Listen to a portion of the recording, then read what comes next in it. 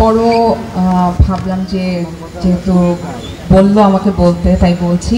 যারা আজকে এখানে এসেছেন সবাইকে ধন্যবাদ দেওয়ার কিছু নাই। আসলে আমরা সবাই এক, এবং আমরা যে এক সেটা যে বোঝাতে পেরেছি এটা আমার কাছে অনেক আনন্দের।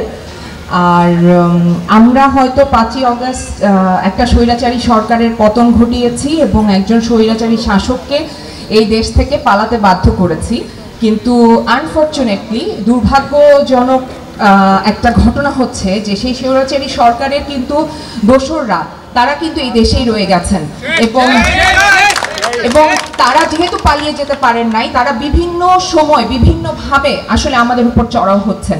এবং মিডিয়া সমাজের বাইরে না, দেশের বাইরে বা রাষ্ট্রের বাইরের কিছু না।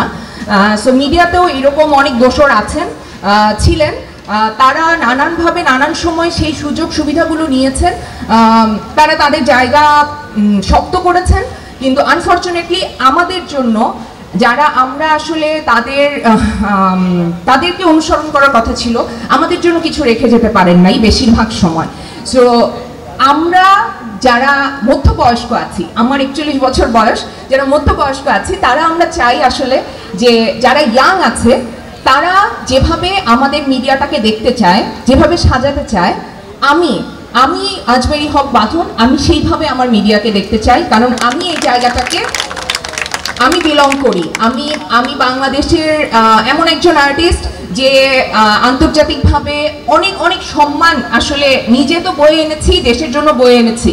আমার এটা দাবি যে আসলে এখনকার ইয়াং জেনারেশন যারা আছে, যারা এখন কাজ করছে, তারা যেভাবে এই মিডিয়াটাকে দেখতে চায়, আমাদের সম্মানটা সমাজে যে জায়গায় নিতে চায়, আমরা তাদের সাথে একসাথে হয়ে কাঁধে কাঁধ মিলিয়ে আমরা যাতে আমাদের কাজটা করতে পারি। আর যারা আমাদের অগ্রজ আছেন, আমি তাদের কাছে খুবই সম্মানের সাথে একটা অনুরোধ করতে চাই, জায়গাটা ছেড়ে দেখেন। আমার